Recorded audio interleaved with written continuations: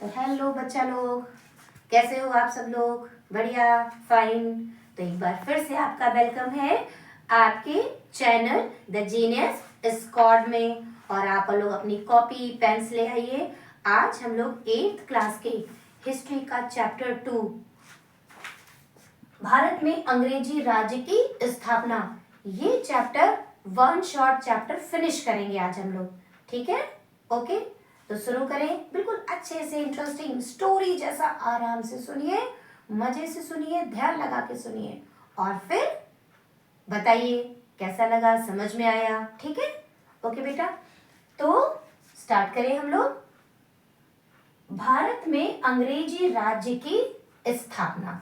ठीक है, सभी लोग जानते हैं कि हमारे देश में सैकड़ों साल अंग्रेजों ने राज्य किया। तो सबसे पहली बात हम आपको ये बताएंगे कि क्या अंग्रेज लोग जब पहली बारी हमारे देश में आए थे तो वो किस लिए आए थे? क्या हम पे शासन करने आए थे या किसी और काम से आए थे? तो नहीं भाई, जब वो पहली बार आए थे हमारे यहाँ, मैंने लास्ट वीडियो में भी आपको बताया है, तो वो हम पर शासन करने नहीं आए थे, वो हमारे यहाँ व्यापार करने आए थे। किस चीज का व्यापार करने आए थे? मसालों का व्यापार करने आए थे। फिर वो इतना ज्यादा उन्हें मुनाफा होता गया तो फिर ये धीरे धीरे व्यापार बढ़ता गया। और जब किसी को ज्यादा मुनाफा और फायदा होता है तो थोड़ी थोड़ी उसकी उम्मीदें बढ़ जाती हैं। तो किस किस तरीके से उन्होंने हमारे देश को गुलाम बनाया और हम पर शासन किया, इसका आज हम लोग पढ़ने वाले हैं। तो बात आती है कि 18वीं शताब्दी में, ठीक है, 18वीं शताब्दी में उनका मुगलों का शासन होता था दिल्ली में। तो उस समय जो मुगल्स थे वो उतने स्ट्रांग नहीं रह गए थे, उनकी शक्ति कम हो गई थी। तो काफ़ी सारे जो और देश जो क्षेत्र थे, जैसे कि बंगाल था, उड़ीसा था, बिहार था, और ये सारे राज्य स्वतंत्र रूप से अपना शासन करने लगे थे। ठीक है, उसी समय एक शब्द निकल के आया, उपनिवेश। अब ये उपनिवेश क्या होता है? जब एक देश, बड़ा देश के लोग किसी दूसरे देश पर अपना वर्चस्व स्थापित करते हैं। जब एक देश के लोग किसी दूसरे देश पर अपना वर्चस्व स्थापित करते हैं तो दूसरा देश पहले देश का उपनिवेश बन जाता है और दूसरा देश मुख्य देश बन जाता है। मतलब एक देश जैसे कि इंग्लैंड, इंग्लैंड के लोगों ने भारत, दूसरा देश कौन हुआ? भारत, भारत पर अपना वर्चस्व स्थापित किया। वर्चस्व मतलब कि उन पे शासन करने का सोचा, उन पर काफी सारे क्षेत्रों को अपने कंट्रोल में ले लिया। तो भारत क्या हो गया? उपनिवेश। और मुख्य देश कौन हो गया? इंग्लैंड।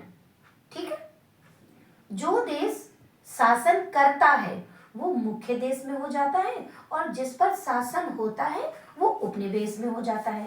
तो बात आती है कि कोई बड़ा देश किसी दूसरे देश को उपनिवेश क्यों बनाएगा? क्या उससे उस छोटे देश का कोई फायदा है या बड़े देश का? तो बिल्कुल आप सही सोच रहे हैं बेटा, उसमें से उस बड़े छोटे देश का कोई फायदा नहीं है। होता क्या है कि जो उपनिवेश वाला देश है उससे जो सुख सुविधाएं, साधन इकट्ठा करके व्यक्ति अपने देश ले जाता है और वहां पर प्रगति करता है। मैं मान लीजिए कि कोई व्यक्ति है, किसी पे शासन कर रहा है, कोई मालिक है और उसका एक गुलाम है। ठीक है, तो गुलाम का जो भी सुविधाएं होंगी वो तो मालिक को ही मिलेंगी। ठीक है, तो जब इंग्लैंड के लोग भारत पर अपना वर्चस्व स्थापित किए तो भारत बन गया उपनिवेश और इंग्लैंड बन गया मुख्य देश। ठीक है, फिर बात आती है कि भाई भारत को अंग्रेजों ने अपना उपनिवेश क्यों बनाया? ऐसा क्या था कि उन्होंने सोचा कि चलो भारत को उपनिवेश बना लें? तो बेटा उसके कई सारे कारण हैं। उस समय इंग्लैंड में औद्योगिक क्रांति आई हुई थी। ठीक है, औद्योगिक क्रांति। अब औद्योगिक क्रांति क्या होती है? उद्योगों को बढ़ावा देने के लिए चलाया गया विशेष अभियान। उद्योग, व्यापार, जब हम इनको बहुत ज़्यादा बढ़ावा देते हैं कि काफ़ी सारे उद्योग एक साथ स्थापित कर दिए, तो वो जो विशेष अभियान चलता है वो कहलाती है औद्योगिक क्रांति। तो उस समय इंग्लैंड में भी औद्योगिक क्रांति आई थी, मतलब बहुत सारे उद्योग धंधे वहां पर शुरू किए गए थे। अब जब बहुत सारे उद्योग धंधे शुरू किए जाएंगे तो उनके लिए कच्चा माल, रॉ मटेरियल भी तो चाहिए होगा। तो वो रॉ मटेरियल कहाँ से ले जाते थे? हमारे भारत से। कैसे कैसे? जैसे कि नील, पटसन, अफीम, गन्ना, चाय, कहवा, ये सब चीजें वो स्पेशली किसानों को बोलते थे कि इनको हमारे भारत देश में उगाइए, और ये कच्चा माल वो अपने देश ले जाते थे और वहां पर जो उन्होंने फैक्ट्रियां लगाई थी उससे अपना जो भी उसका प्रोडक्ट है, उत्पादन है वस्तुओं का, वो करते थे। ठीक है। तो और क्या किया? अब उनके तो ऐसे मान लीजिए ये कोस्टल एरिया, ठीक है, ठीक है, तो अंग्रेजों ने अपने यहाँ यहाँ अपनी कोठियां बनाई हुई थी और ये सारा था समुद्री एरिया। ठीक। तो जो भी माल था वो तो पूरे भारत से अंदर से लेके आएंगे ना वो लोग, तो और यहाँ से वो जहाजों के जरिए वो इन देशों में, इंग्लैंड वगैरह में जाता था। तो इसके लिए उन्होंने क्या किया? अंग्रेजों ने अंदर भारत में रेलवे लाइन बिछाई। क्यों बिछाई? कि भाई कोयला है या और भी जो भी चीजें निकल रही हैं, कोयला है, लकड़ी है, वो सारी इन रेलवे लाइन और सड़कों के द्वारा तटवर्ती क्षेत्रों में पहुंचे और तटवर्ती क्षेत्रों से ये बड़े बड़े जहाजों से इंग्लैंड के देशों में भेजी जा सके। ठीक है। तो इंग्लैंड में क्या हुआ? औद्योगिक क्रांति थी। दूसरी चीज, उनको ये सारी चीजें चाहिए थी। कौन कौन सी? नील, पटसन, अफीम, गन्ना, चाय, कहवा। तो वो ये हमारे भारत में किसानों से जब जरूरी बोलते थे कि इनको आप जरूर ही उगाइए, और उन्होंने रेलवे लाइन और सड़कें भी बिछा दी थी ताकि पूरे भारत के कोने कोने से जो भी उनको कच्चा माल हो वो लेकर के आए और तटवर्ती किनारों से अपने यूरोपियन देशों में लेकर के जाए। तो जब वो यूरोपियन देशों में ये माल लेके जाते थे तो उन्हें बहुत तगड़ा मुनाफा होता था। जैसे जैसे उनका मुनाफा बढ़ता जा रहा था तो जाहिर सी बात है वैसे वैसे लालच भी बढ़ता जाएगा, है ना। मान लीजिए आपके यहाँ, आपके आसपास से कोई व्यक्ति है जो कहीं दिल्ली, बम्बई, सूरत कहीं नौकरी करने जाए। ठीक है। अब जब उन्होंने वहां नौकरी करी और 1-2 महीने बाद वापस आए तो भाई खूब सारे पैसे वैसे लेकर के आए, तो आसपास के लोग बहुत आश्चर्यचकित होते हैं ना कि अरे भाई उनका तो बेटा गया था, भाई दिल्ली गया था नौकरी करने, बहुत अच्छी तनख्वाह मिल रही है। तो पता चलता है कि 1-2 लोग आसपास के और भी अपने बच्चों को बोलेंगे एक काम करो तुम भी दिल्ली चले जाओ, देखो उनका बेटा जाकर के कितनी पैसे कमा रहा है, तुम भी जाओ पैसे कमाओ। तो ऐसे ही पुर्तगाली, फ्रेंच, डच, ये सब एक दूसरे के प्रॉफिट्स को देख करके ये कई देशों के व्यापारी हमारे देश में आने लगे क्योंकि बहुत ज्यादा मुनाफा कमाते थे। अब क्या हुआ? अंग्रेजों की जो थी कंपनी, ईस्ट इंडिया कंपनी नाम था उसका। अंग्रेजों की जो उन्होंने कंपनी लगाई थी हमारे देश में व्यापार करने के लिए, उसका नाम था ईस्ट इंडिया कंपनी। और फ्रेंच ने क्या लगाई थी? फ्रेंच की कंपनी का नाम था फ्रेंच ईस्ट इंडिया कंपनी। ठीक है। उस समय उसका गवर्नर कौन था? लॉर्ड क्लाइव, और फ्रेंच की तरफ से था ड्यूप्ले, जो उनका पूरा मैनेजमेंट देखते थे कंपनीज का। ठीक है। अब क्या करते थे? जब इन लोगों ने देखा कि यहाँ के राजाओं के पास हमारे देश में बहुत संसाधन है और बहुत ज़्यादा पैसा है, धन संपत्ति है, तो उनके मन में थोड़ा थोड़ा सा लालच आने लगा कि कैसे में ना कैसे करें और हम यहाँ के बहुत सारे क्षेत्र को अपने कंट्रोल में ले लें, अपने कब्जे में ले लें। जैसे जैसे हम ज़्यादा क्षेत्र कब्जे में लेंगे तो वैसे वैसे हमें मुनाफा ज़्यादा होगा और हम हमारे देश को और ज़्यादा विकसित कर पाएंगे। यूरोपीय सेना और भारतीय सेना में क्या अंतर था? ठीक है। तो जो यूरोपियन कंट्रीज की सेना थी उनके पास नौसेना थी। नौसेना मतलब जो पानी में जहाजों से समुद्रों में चलती है, उस समय तक भारतीयों के पास नौसेना नहीं थी। ठीक है। दूसरी क्या थी कि उनके पास तोपें थी, बंदूकें थी, और शायद उस जमाने में भारत के लोग तभी भी तलवारों और भालों से लड़ते होंगे, माने कि उनके पास बंदूकें और तोपें नहीं थी। तीसरी चीज क्या थी कि जो यूरोपियन कंट्री के जो सैनिक थे वो नियमित अभ्यास करते थे, यानी कि यूरोपियन कंट्री की जो सेना थी वो बहुत अच्छी थी, ताकतवर थी। अब आप बोलोगे कि मैडम वो तो सेना यूरोप के पास थी, भारत में क्या करने आई? तो भाई धीरे धीरे अंग्रेज थोड़ी थोड़ी सेना अपनी भारत में मंगा रहे थे। कैसे मंगा रहे थे? वो बोलते थे कि भाई हमने अपने तटवर्ती क्षेत्रों में हमने अपनी कोठियां बनाई है जहाँ पर हमारा माल रखा है, व्यापार रखा है। तो जैसे होता है ना, हम लोग अपने जहाँ पर सारी स्टोरेज होती है वहाँ पर एक चौकीदार लगाते हैं, एक या दो। अब जब अंग्रेजों का क्या हुआ, बहुत सारा माल रखा था, तो उसी के लिए वो किलाबंदी करने के नाम पे अपने थोड़े थोड़े सैनिक बुलाते थे कि भाई वो हमारी उस माल की, हमारी कोठियों की, जहाँ पर उनका स्टोरेज है व्यापार का, उसकी सुरक्षा करेंगे। और उसी नाम से उनकी थोड़ी थोड़ी करके सेना यहाँ आती गई। फिर उन्होंने क्या किया, अब जब उनकी सेना आती गई, अंग्रेजों की भी आई और उसके बाद किसकी आई, फिर फ्रेंच की भी आई। तो बात आती है कि अंग्रेजी सेना की और भारतीय सेना की। तो अंग्रेजों की सेना थी बिल्कुल ताकतवर, ठीक है, कि उसके पास नौसेना थी, उनके पास बंदूकें थी, तोपें थी, और उनकी जो सेना थी वो प्रतिदिन नियमित अभ्यास भी करती थी। लेकिन ये सारी चीजें हमारे भारत की सेना में नहीं थी, ठीक है।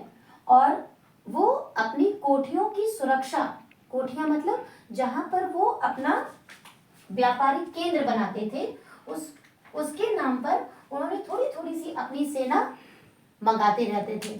फिर क्या हुआ, उधर फ्रेंच वाले भी यहाँ पर व्यापार, होता क्या है जब ज्यादा फायदा होता है ना तो लोग सोचते हैं कि इसमें सिर्फ मेरा ही अधिकार रहे, दूसरे लोग व्यापार करने ना आए। तो पुर्तगाली, फ्रेंच, डच और अंग्रेज, ये लोग आपस में ही एक दूसरे को नीचा दिखाने लगे या उनको भगाने का प्रयास करने लगे। और इसी का परिणाम था कर्नाटक युद्ध। कर्नाटक युद्ध थे अंग्रेजों और फ्रांसीसियों के आपसी टकराव का।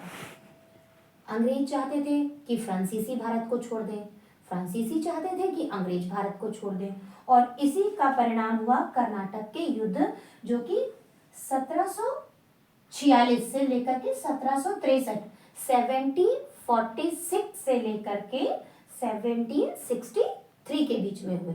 किस कब के हुए बीच में, ये बहुत इंपॉर्टेंट है। कर्नाटक के युद्ध 1746 से 1763 के बीच में हुए। कितने युद्ध हुए, 3 युद्ध हुए।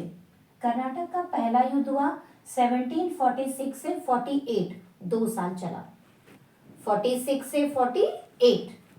दूसरा युद्ध हुआ 49 से 54, लगभग 5 साल चला, 1749 से 1754 तक।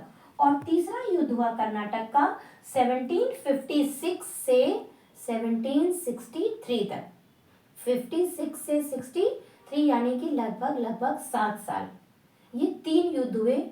और तीसरा युद्ध जो में 1760 में वांडीवास का युद्ध हुआ, बहुत इंपॉर्टेंट है। ये आपकी डिफरेंट टाइप की परीक्षाओं में ये क्वेश्चंस पूछे जाते हैं कि बताइए वांडीवास का युद्ध कब हुआ, वांडीवास का युद्ध किसके बीच में हुआ और इसके परिणाम क्या हुए, ठीक है।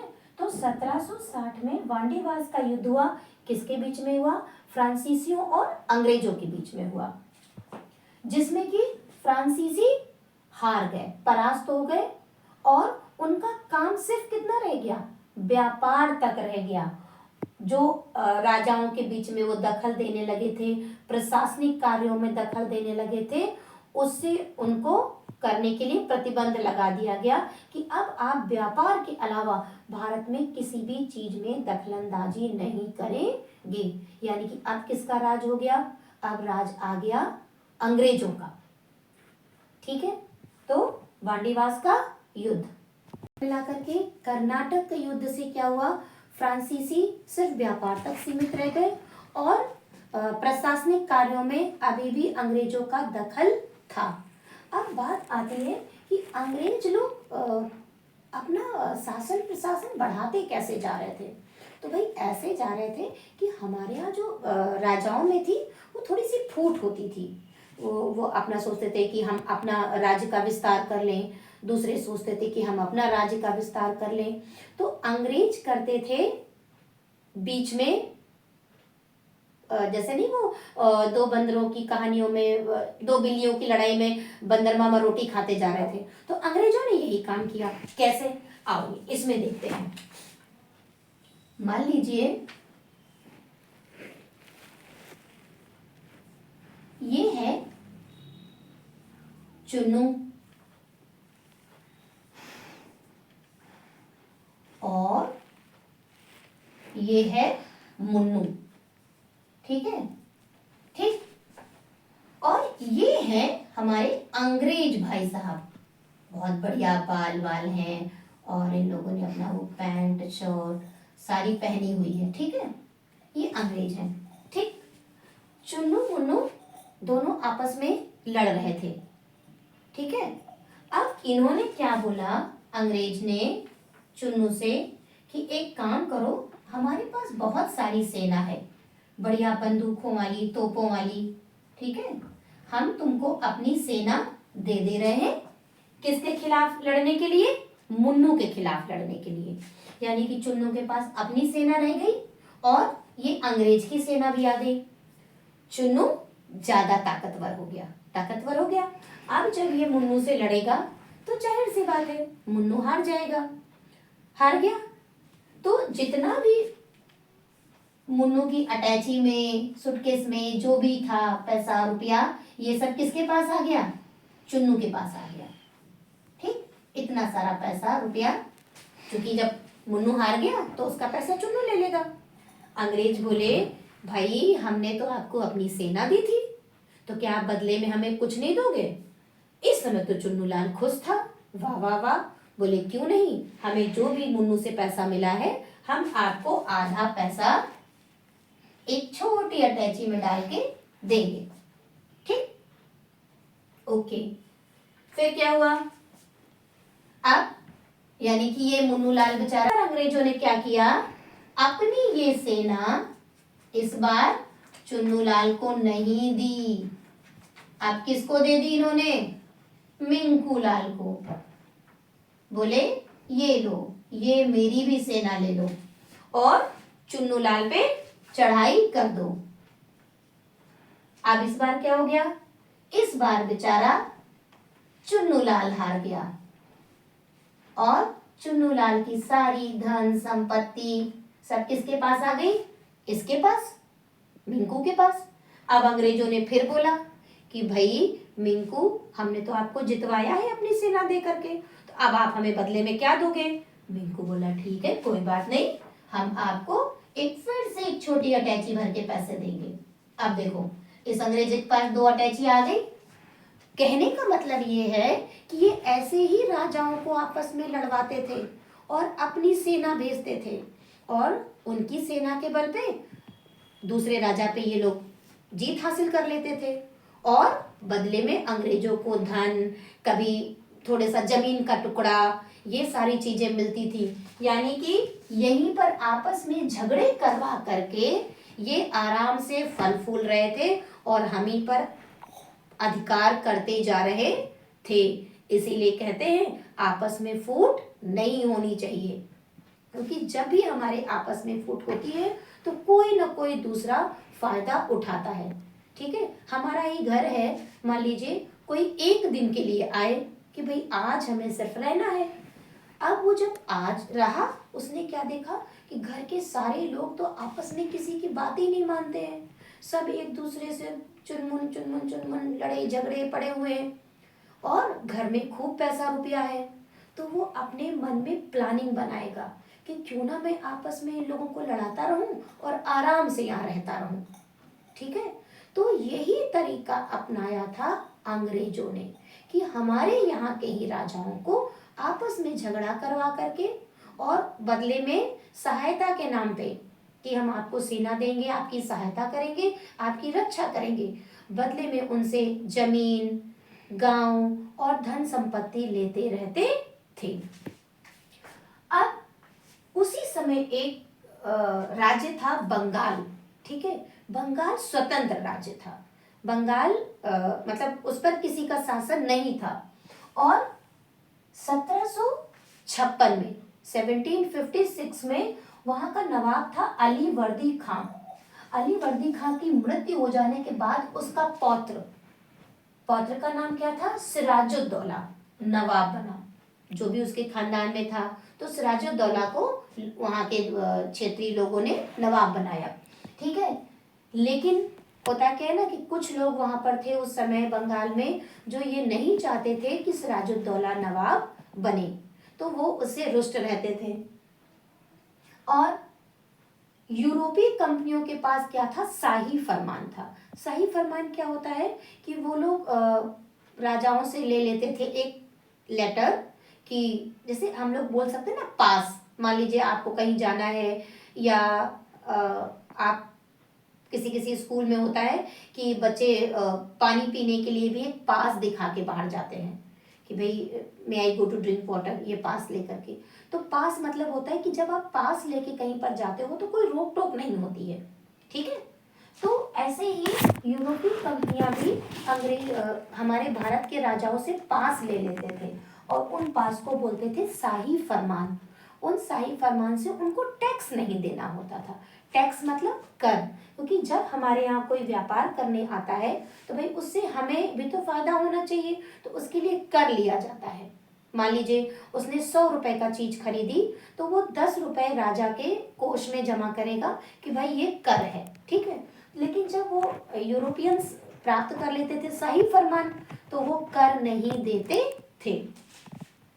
अब क्या हुआ कि जब सिराजुद्दौला राजा बना नवाब, तो उसको ये बातें थोड़ी सी पसंद नहीं आई। और दूसरा क्या था, उसी समय कलकत्ता में जो अंग्रेज थे वो अपने किले की किलेबंदी कर रहे थे, अपने बस्तियों की किलेबंदी मतलब कि उसमें सेनाएं बढ़ा रहे थे। तो सिराजुद्दौला ने जब अंग्रेजों की सेनाएं बढ़ती हुई देखी, तो उसका दिमाग थोड़ा सा ठनका कि यार ये चीज ठीक नहीं है। तो उसने उसका विरोध किया, और उसने क्या किया कि कलकत्ते में जो उसका किला था उस पर चढ़ाई कर दी और अंग्रेजों को हरा दिया। किसने हरा दिया? नवाब सिराजुद्दौला ने। ठीक है, हरा दिया। अब ये अंग्रेजों को हराने की खबर पहुंची चेन्नई। चेन्नई में उस समय था क्लाइव।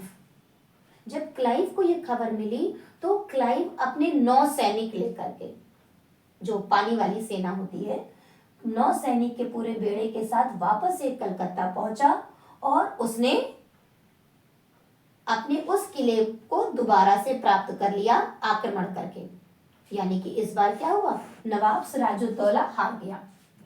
जब कोई हार जाता है तो होता क्या है, एक संधि करनी पड़ती है। संधि करनी पड़ती मतलब कि ठीक है अब हम लोग ये लड़ाई बंद करते हैं, लेकिन उसके लिए कुछ शर्तें हैं। तो क्या हुआ, नवाब और अंग्रेजों के बीच 9 फरवरी 1756 में तो बना ही था नवाब सिराजुद्दौला। ठीक है, और 9 फरवरी 1757 में सिराजुद्दौला को अंग्रेजों से एक संधि करनी पड़ी, जिसका नाम था अलीनगर की संधि। ठीक है, इसमें क्या हुआ, अब जब संधि होती थी तो चूंकि नवाब हार गया था, तो उसको कोई ना कोई चीज अंग्रेजों को देनी थी। तो उसको क्या देना पड़ा, बंगाल, बिहार और उड़ीसा में बिना कर के व्यापार करने का अधिकार। अभी तक अंग्रेज बंगाल में नहीं आ पाए थे, लेकिन अलीनगर की संधि के जरिए अंग्रेजों को बंगाल, बिहार और उड़ीसा में भी बिना टैक्स व्यापार करने का अधिकार प्राप्त हो गया। ठीक है, अब क्या हुआ, जब इतनी छूट मिल जाती है, सुविधाएं, तो कभी कभी किसी का मन नहीं भरता है। तो भाई क्लाइव अभी भी संतुष्ट नहीं था ना, उसको और चाहिए था। उस समय उसको लग रहा था कि बंगाल में बहुत संपन्नता है। तो ये 3 नाम आते हैं बेटा, बहुत बड़े बड़े एग्जाम्स में भी आते हैं। राय दुर्लभ जगत सेठ, अमीर चंद, ये 3 व्यापारी थे, प्लस नवाब सिराजुद्दौला का सेनापति था। कौन? मीर जाफर। क्लाइव ने इन लोगों को, काफी सारे लोगों को नवाब के विरोध में अपनी तरफ मिला लिया। षड्यंत्र रचा, साजिश रची कि कैसे नवाब को हराया जाए। ठीक है। और एक चीज ध्यान देने की बात है कि सिराजुद्दौला के समय बंगाल की राजधानी थी मुर्शिदाबाद। ये भी प्रश्न आता है कि बंगाल की राजधानी मुर्शिदाबाद किसके समय में थी? नवाब सिराजुद्दौला के समय में। तो भाई इसने क्या किया, इन लोगों को, व्यापारियों को और सिराजुद्दौला के सेनापति मीर जाफर को अपनी तरफ मिला लिया और 1757 में उसने नवाब सिराजुद्दौला पर क्लाइव ने आक्रमण कर दिया। नवाब सिराजुद्दौला ताकतवर था, लेकिन उस समय क्या हुआ कि भाई जब सेनापति ने ही धोखा दे दिया, सेनापति ने सेना को आगे बढ़ने का आदेश ही नहीं दिया, तो इस कारण से नवाब सिराजुद्दौला हार गया और वो भाग निकला। फिर नवाब सिराजुद्दौला को पकड़ लिया गया और मीर जाफर के पुत्र ने उसकी हत्या कर दी। अब मीर जाफर ने धोखा क्यों दिया? मीर जाफर को क्या फायदा मिला? तो भाई मीर जाफर को एक ऑफर मिला था, मीर जाफर को एक ऑफर मिला था कि अगर आप नवाब के खिलाफ गद्दारी करोगे, हमारा साथ दोगे अंग्रेजों का, तो हम आपको बंगाल का नवाब बना देंगे। तो भाई नवाब बनने का लालच तो बड़ा होता है। तो जैसे ही नवाब सिराजुद्दौला मारा गया, मीर जाफर को बंगाल का नवाब बना दिया गया। अब क्या हुआ, बंगाल का नवाब तो उसे अंग्रेजों ने बनाया था, तो अब वो अपने मन से कोई काम नहीं कर सकता था, वो तो एक कठपुतली बन के रह गया अंग्रेजों की। अंग्रेज जब जितनी धन संपत्ति मांगते उसे देनी पड़ती, तो जब सारे खजाने खाली हो जाएंगे तो अंग्रेजों के लिए मीर जाफर बेकार हो गया। ठीक है। तो उन्होंने क्या किया, अंग्रेजों ने 1760 को मीर जाफर को गद्दी से उतार दिया कि भाई अब तुम हमें पैसा नहीं दे पा रहे हो, चीजें नहीं दे पा रहे हो, अब हम किसी और को गद्दी पर बैठा लेंगे। तो किसको गद्दी पर बैठाला?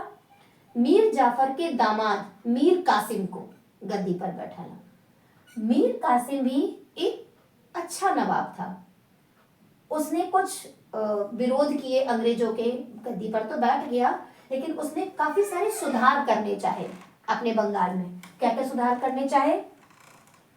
उसने मुंगेर में तोड़दार बंदूकें और तोपों का कारखाना स्थापित किया।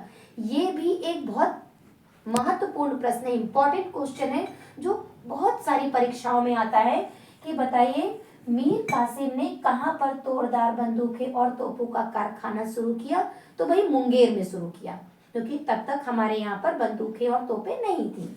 दूसरा, उसने अपने सैनिकों को प्रशिक्षण देने के लिए एक जापानी नागरिक समरू को नियुक्त किया, ये नाम भी इंपॉर्टेंट है। और तीसरा, उसने महत्वपूर्ण कार्य किया कि अभी तक जो राजधानी मुर्शिदाबाद थी, तो उसने मुर्शिदाबाद से राजधानी को मुंगेर, जो इस समय आधुनिक समय में बिहार में आती है, स्थानांतरित कर दिया। मतलब राजधानी बदल दी, मुंगेर, मुर्शिदाबाद से मुंगेर कर दी। अब अंग्रेजों को फिर खटका हुआ कि भाई ये तो अपने हिसाब से राज्य चला रहा है, हमने तो इसको बोला था गद्दी पर बैठो और जो काम हम कहें सिर्फ करो, ये तो अपने हिसाब से कर रहा है। अंग्रेजों को फिर गुस्सा आया और उसने इस बार मीर कासिम को फिर से गद्दी पर से उतार दिया, मानी कि बैठ जाइए, उतर जाइए, फिर मेरे हिसाब से काम ना करिए तो फिर उतर जाइए। तो पहले उन्होंने सिराजुद्दौला को मारा, उसके बाद मीर जाफर को गद्दी पर बैठाला, फिर मीर जाफर को गद्दी से उतार दिया, मीर कासिम को बैठाला, और जब मीर कासिम को भी गद्दी से उतार के वापस से मीर जाफर को गद्दी पर बैठा दिया। ठीक है। अब मीर कासिम को बड़ा गुस्सा आया, उसने क्या किया, 2-3 राजाओं से मिला। कौन कौन से 2-3 राजा? मीर कासिम एक तो, दूसरा अवध के नवाब सुजाउद्दौला, सिराजुद्दौला नहीं, सुजाउद्दौला अवध के नवाब, और मुगल बादशाह शाह आलम। इन तीनों लोगों ने क्या किया, मिल करके अंग्रेजों पर आक्रमण किया। लेकिन भाई जीत तो अंग्रेजों की ही हुई। ठीक है। और इससे क्या हुआ कि अंग्रेज और ताकतवर हो गए। जब प्लासी का युद्ध हुआ था किसके किसके बीच में, सिराजुद्दौला और क्लाइव के बीच में, तो अंग्रेजों को क्या हुआ था, आर्थिक, भाई खूब उन्होंने मीर जाफर को बैठाला था गद्दी पर और उनको खूब पैसा रुपया धन संपत्ति मिल रही थी, यानी कि अंग्रेजों की आर्थिक स्थिति मजबूत हुई किससे, प्लासी के युद्ध से। लेकिन जब बक्सर का युद्ध हुआ 1764 में किसके किसके बीच, मीर कासिम, अवध के नवाब शुजाउद्दौला और मुगल बादशाह शाह आलम, इन तीनों ने मिलकर अंग्रेजों के खिलाफ लड़ा। लेकिन इसमें जीत हुई अंग्रेजों की और फायदा क्या हुआ कि अंग्रेजों के पैर भारत में और मजबूत हो गए, वो और शक्तिशाली हो गए क्योंकि अब उनका बंगाल पे एक छत्र राज्य हो गया। फिर क्या हुआ, जब ये जीत हासिल हुई तो भाई क्लाइव को क्या हो गया, भारत का ब्रिटिश गवर्नर हो गया कि भारत में रहेगा और ब्रिटिश की तरफ से काम करेगा। कौन, क्लाइव। ठीक है, अब क्या हुआ, मीर कासिम तो भाग गया, बचे कौन, मुगल बादशाह शाह आलम और अवध के नवाब शुजाउद्दौला। ठीक है, इन लोगों ने क्या किया, अब इनको फिर से संधि करनी पड़ी क्योंकि ये हार चुके थे। अब इनकी संधि कहलाई इलाहाबाद की संधि। ठीक है, पहली वाली शुजाउद्दौला की संधि थी अलीनगर की संधि, मुगल बादशाह शाह आलम और अवध के नवाब शुजाउद्दौला ने जो अंग्रेजों से संधि करी वो कहलाई इलाहाबाद की संधि। तो अब क्या हुआ, दो संधियां हुई। इलाहाबाद की प्रथम संधि ये हो गई 12 अगस्त 1765 में। ये संधियां भी बहुत इंपॉर्टेंट है और इनकी डेट भी बहुत इंपॉर्टेंट है। तो इलाहाबाद की प्रथम संधि हुई 12 अगस्त 1765 में। इसमें क्या हुआ कि मुगल बादशाह शाह आलम द्वितीय ने बंगाल, बिहार और उड़ीसा की दीवानी अंग्रेजों को दे दी। देखो पहले क्या था, बंगाल, बिहार और उड़ीसा का बिना कर के व्यापार करने की छूट दी थी शुजाउद्दौला ने। ठीक है, जो पहले था बंगाल का नवाब, जब वो हारा था और उसने करी थी अलीनगर की संधि। लेकिन जब इलाहाबाद की प्रथम संधि हुई तो उसमें क्या हुआ, मुगल बादशाह शाह आलम द्वितीय ने बंगाल, बिहार व उड़ीसा की दीवानी अंग्रेजों को दे दी। दीवानी का मतलब क्या होता है कि वहां की जमीन से जो कर वसूलेगा, कौन वसूलेंगे, अब अंग्रेज वसूल सकते हैं। ठीक है, और मुगल बादशाह को 26 लाख की वार्षिक पेंशन अंग्रेजों के द्वारा मिलेगी। ठीक है, मुगल बादशाह को 26 लाख की वार्षिक पेंशन अंग्रेजों के द्वारा मिलेगी।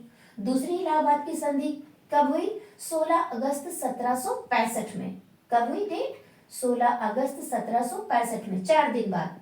तो इसमें क्या था, कंपनी ने कड़ा और इलाहाबाद जिले अवध के नवाब से लेकर के मुगल बादशाह को दे दिए। 2 जिले, कड़ा और इलाहाबाद, ये जिले भी, ये सब एक एक लाइन बहुत इंपॉर्टेंट है।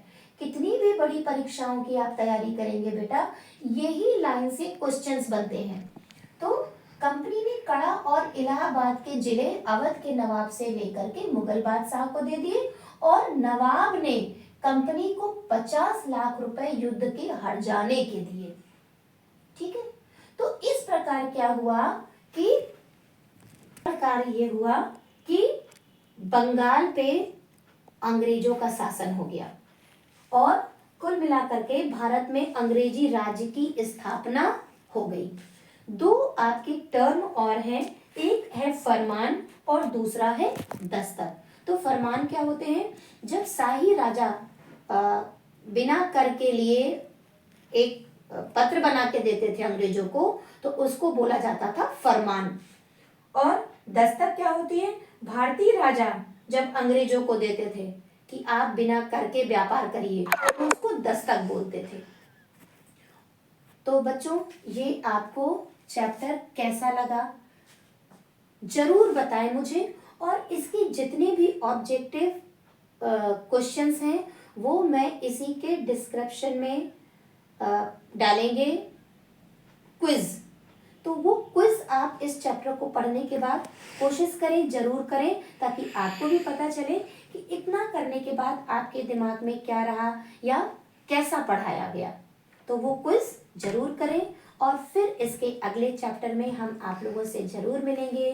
बच्चा लोग हंसते रहिए, खेलते रहिए, पढ़ते रहिए, बस मस्त रहिए। Okay, bye bye.